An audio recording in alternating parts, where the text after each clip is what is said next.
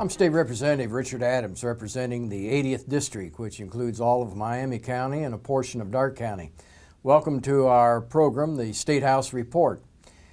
As you may remember from our last program, the House is not in official session right now, but at the same time, two things are continuing. One, we have a lot of committees that are continuing to meet, and I'm going to be talking about one of those as we start the program. The other one is the constituent service continues. We continue to have individuals who live in the 80th House District who need information or need assistance working with state government. But let's get back to the committee that I referenced earlier in the program, and that is a committee. It's a spatial committee. It's a Rules and Reference Committee. Usually they are concerned with how the agenda looks coming to the floor of the House for a vote. But now they are taking on a new role, a rather unique role. They are looking at the Common Core standards for public education in the state of Ohio. Usually this would go to the Education Committee, but for various reasons, including the fact that the chairman of that committee is not, he's in support of the Common Core standards, and there are others who are opposed to the Common Core standards. So, and the Education Committee is a huge committee. It's got a lot of members, and whereas the Rules and Reference Committee is a much smaller committee, has representation from both sides of the aisle, and the committee was deemed the one that could move quickly because, as you may recall, the State of Ohio General Assembly operates on a two-year cycle. Consequently, we are in the final months of that two-year cycle, and anything that does not get done in what's called the lame duck session, which will be from right after the November election through the end of the calendar year, will need to start all over. It's already too late to do anything, as you might imagine, with schools already starting. Too late to change any standards for the current year. So the Common Core standards will remain in place for the school year just beginning. That would be for the 2014-2015 school year. School districts have been in the process of getting ready to implement the Common Core curricula, spent money, spent time in getting that done. Keep in mind that probably the biggest opposition to the Common Core curriculum standards in Ohio would be that they emanate from Washington, D.C.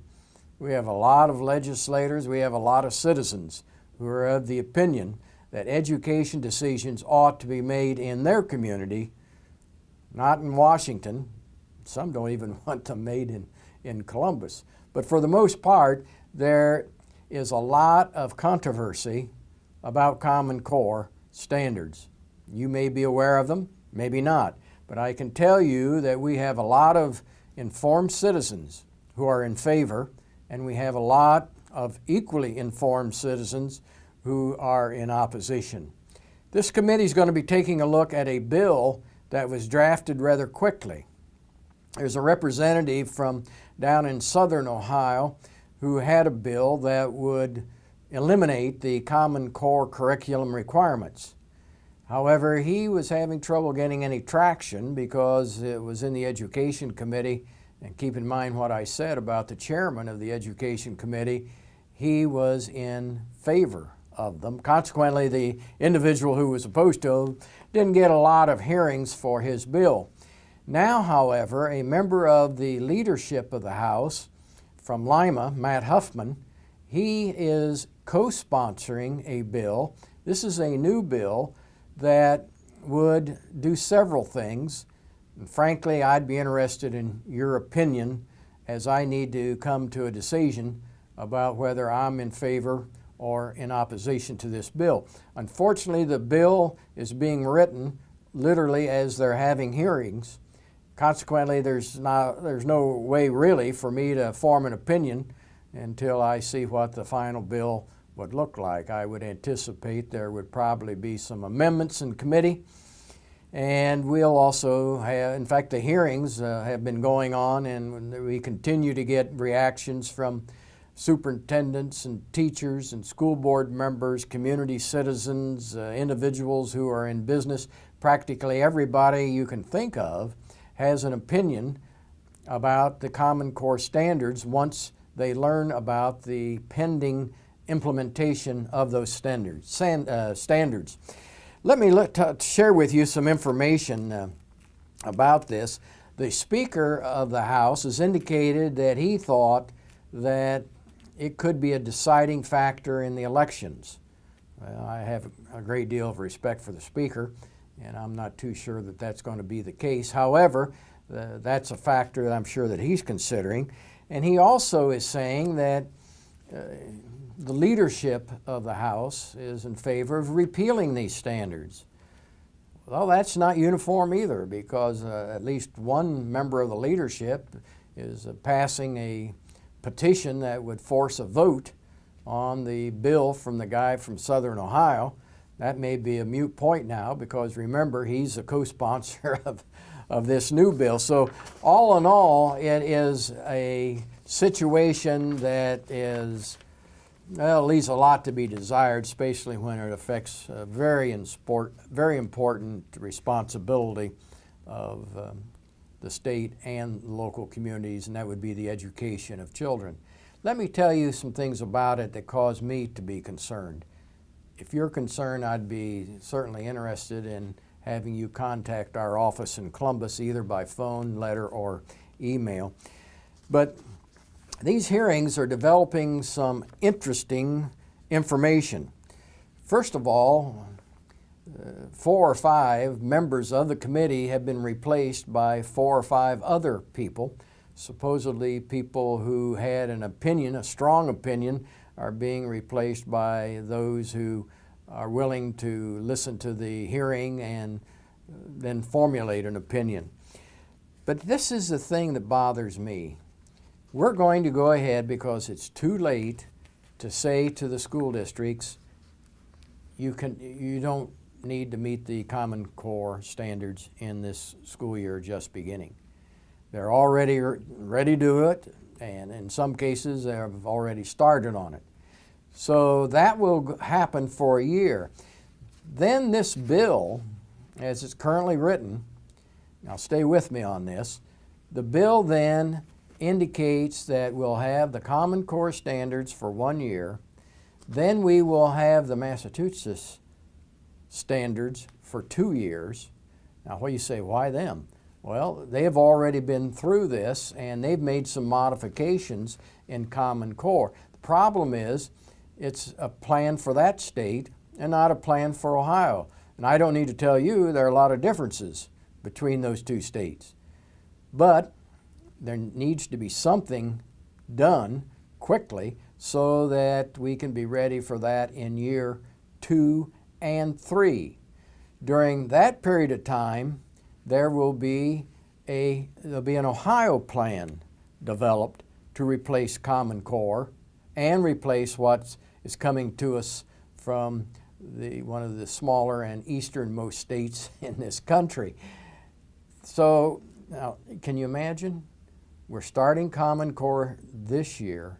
We'll go to this other state's plan for the next 2 years, and then the 4th year we will have the Ohio plan. Now, if you're a teacher or a parent or a student watching this program, you're probably saying, that does not sound like the kind of plan that we can implement successfully. Why? We'll end up having 3 different plans in 4 years. Does that make sense?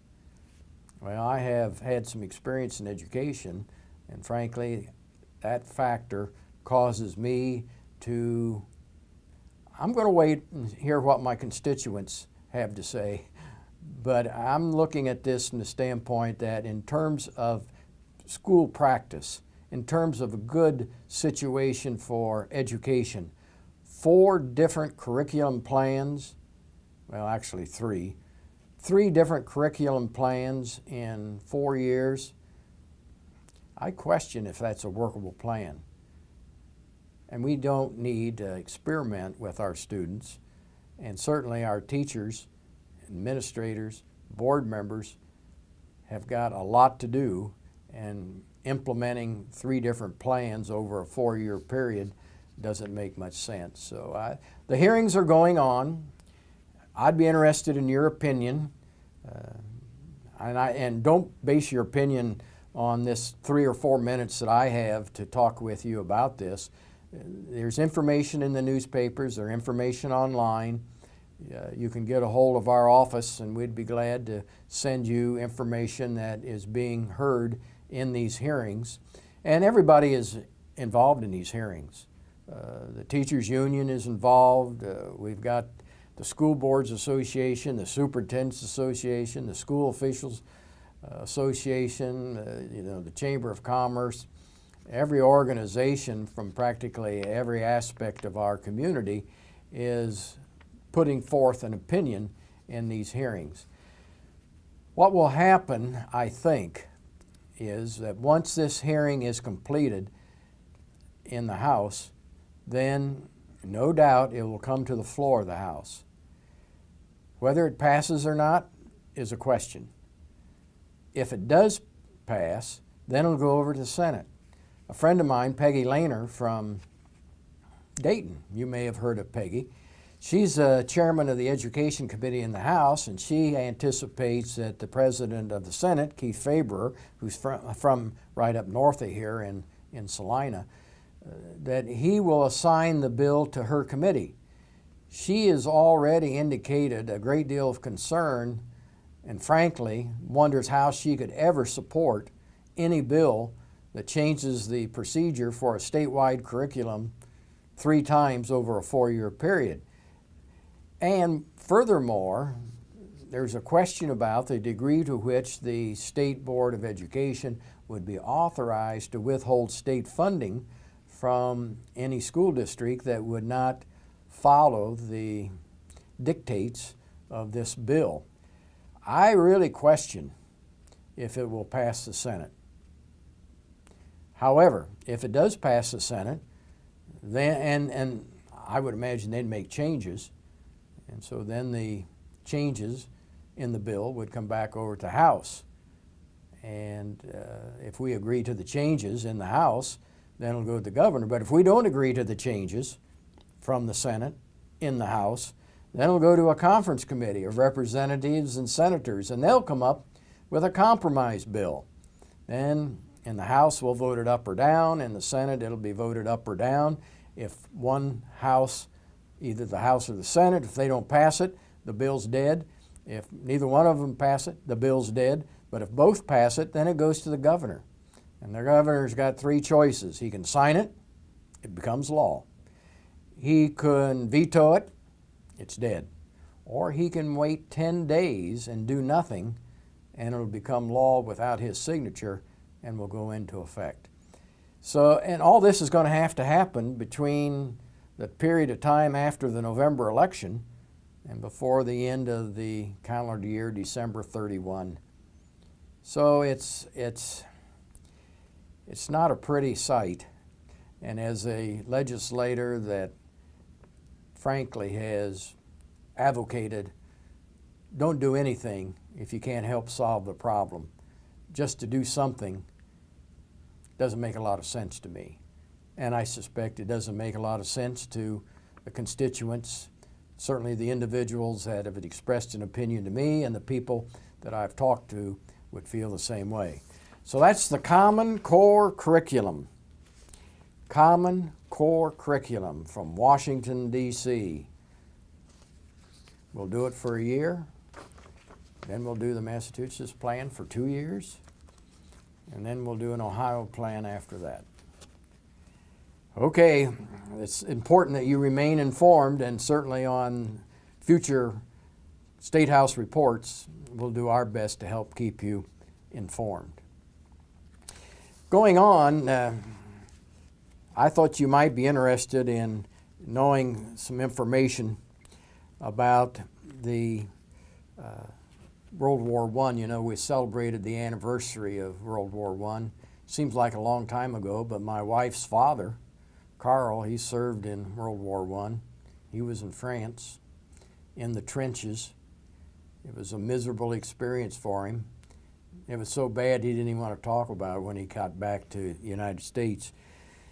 But I thought you might be interested in knowing the effect it had on Ohio. For example, the information that's just been shared with us is that we had about 6,500 Ohio troops who died in World War I.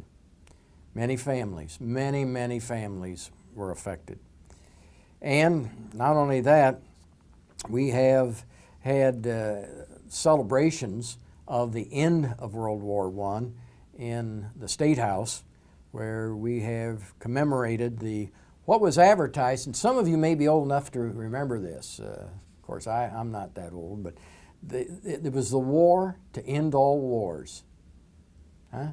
The war to end all wars. Didn't work. In fact, it wasn't too long after World War I was over that World War II started. We're having a lot of thieves active in Ohio, and I wanted to mention it. The Attorney General has sent out a warning. Maybe you have seen it in some of our newspapers. But the Attorney General is warning Ohio citizens that there will be phone calls made about government grants that an individual might get. The government does not call individuals about government grants. These are phony. These people are crooked. They want you to send them money so you'll get this grant. And if you get a phone call and it sounds too good to be true, my father always said it's too good to be true. So that's the advice I would give you about this or any other phone call you get. I know the grandparents scheme goes on from time to time, and that's come to the Attorney General's opinion. Very difficult to get these people. They'll make phone calls from Canada or Mexico, someplace like that, even beyond that, and indicate that the grandson or granddaughter calls and says, "Grandma, do you know who this is?" And Grandma guesses that, it's their grandson or granddaughter, and they say, "Now, don't tell anybody. Don't tell Mom and Dad. I'm so ashamed, but I'm going to be sent to jail in Canada because of something that really wasn't my fault, but I don't have any choice, and I need money to hire a lawyer. Can you send me $5,000? And a lot of grandparents, wanting to be good grandparents, send the $5,000. Call, verify with other relatives, or even call the grandson or call the granddaughter or call their parents and find out before you send a dime, because these people are making a living because grandparents are compassionate, because they want to be supportive, because they want to help a grandson or a granddaughter. We've had a lot of violence in our prisons. Some of that's because we have violent people there. You walk through a prison, you don't become a good citizen. You're there for a reason. Usually that reason is that you've been a violent person and you've done something illegal. Well, many of our prisons now, Ohio prisons, are at capacity. We have, and so much of this is drugs, where these individuals are usually they're selling drugs, and they may not be from Ohio, but if they do it in Ohio, they go to an Ohio prison. And it's a very, very difficult situation. We have state inspectors, including members of the legislature, that go out and inspect these prisons on a regular basis to make sure that the people who are incarcerated are safe, they're cared for medically, they are getting enough to eat, and in many situations, they also have jobs within the prison. Or if they're really, really bad people, they may be in a confinement area where they don't have access to anything other than a short walk every day. But we have some prisons that are 21% over capacity. That's a lot of extra people. Now, we hire more guards. The average inmate in Ohio serves 3.8 years. Well, that's not many years, I suppose. Kind of depends on whether you're in prison or out of prison. But 3.8 years. But here's the problem. So many of them get out, and within months, they're back in. Now, we have currently 2,718 prisoners in our prisons. Now, the cost is $40 million a year. We have 218 security guards. They represent 60% of the staff of the prisons. The rest of them cook meals, or they are involved in supervising people who have jobs, or they may be health people. In fact, the highest paid persons, the highest paid employees in the state of Ohio in terms of government paychecks are the psychiatrists who are in these prisons, who are attempting to help these people get to the point where once they leave prison, they don't come back. This is a difficult situation, and we have about 12.3% of these prisoners in organized gangs. That's scary. These organized gangs are not, they're just not good people. And consequently, they are a danger to not only the other prisoners, but a danger to the security guards. What are we going to do? Well, throwing more money at the problem isn't necessarily the answer. $40 million is a lot of money. You divide 2,718 prisoners into that, we're spending a lot of money per prisoner. So there's a lot of activity in terms of, one, trying to prevent crime, and number two, coming up with programs where we have individuals receiving therapy and training and education and those things so that they won't come back. If we could just stop the number of individuals who leave prison and come back, it would be a big help. But we, frankly, are dealing with a major problem. And I imagine that there will be more money. You cannot have 21% more prisoners than for what the prisons are actually built for. So we're going to have to spend more money to attempt to have a prison that is functional and yet economical. Now, I know that even some of the counties and municipalities are also having overcrowding in prisons. We have a lot, and a lot of this goes back to drugs. We have got a lot to deal with as far as drugs. In the Ohio General Assembly, we've passed 13 bills in the last almost 2 years. 13 bills dealing with this problem, providing the tools that prosecutors and law enforcement need in order to deal with this problem. And it's not just a problem in the 8 big cities, although it's a horrendous problem in the 8 big cities. It's also a problem in Miami County, in Darke County. You know, you wouldn't think it, but it's true. It is a problem even in our counties. So all of us need to be aware of this, and certainly this is going to be a major activity as we tend to representing you in Columbus. They asked the inmates how many of them felt safe in prison. 46% said they felt safe. The rest of them were afraid in prison. And the biggest expense, once again, I mentioned earlier the psychiatrist, the medical care for prisoners is a big expense. Many of them have mental problems. That also adds to the expense. We have, of course, sometimes I know food is a big problem, quality. You know, I worked in the schools for a number of years, and school lunches were always a point of some disagreement. Well, we had the food services in our prisons rated by a majority of the inmates as acceptable. I'm not sure what that means, but it's better than unacceptable. So we're going to be working on the violence in the prisons. We're going to We'll be working on controlling the illegal substances that may be in prisons. We'll improve the medical services, including the mental health services, and of course fiscal responsibility will remain a high priority item.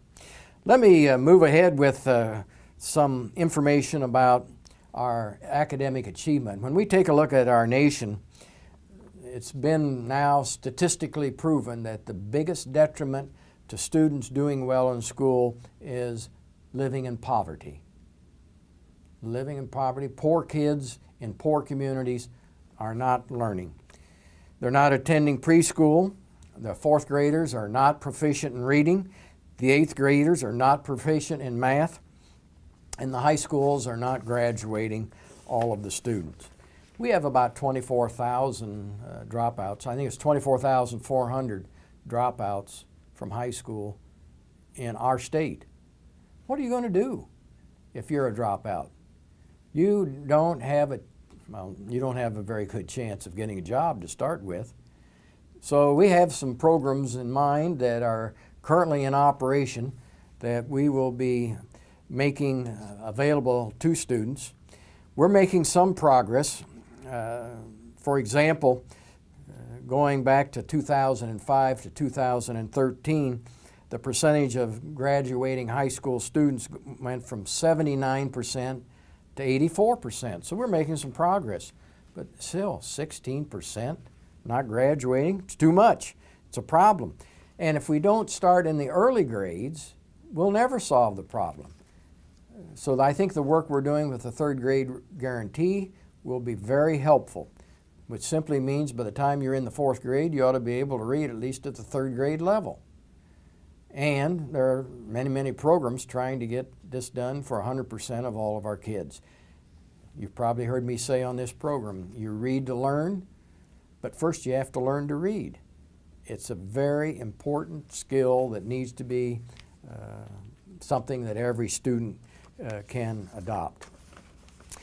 Well, I want to finish, we have just another minute or two with some information. There are many, many meetings held in Columbus. Just as a few here I have listed, the State Board of Nursing, the Reclamation Commission, the Committee of the Ohio Bureau of Workers' Compensation, the Court Funding Task Force, the State Employee Relations Board. We also have the Controlling Board meeting and the State Personnel Board of Review. All these meetings are going on. Some of these meetings may be of interest to you.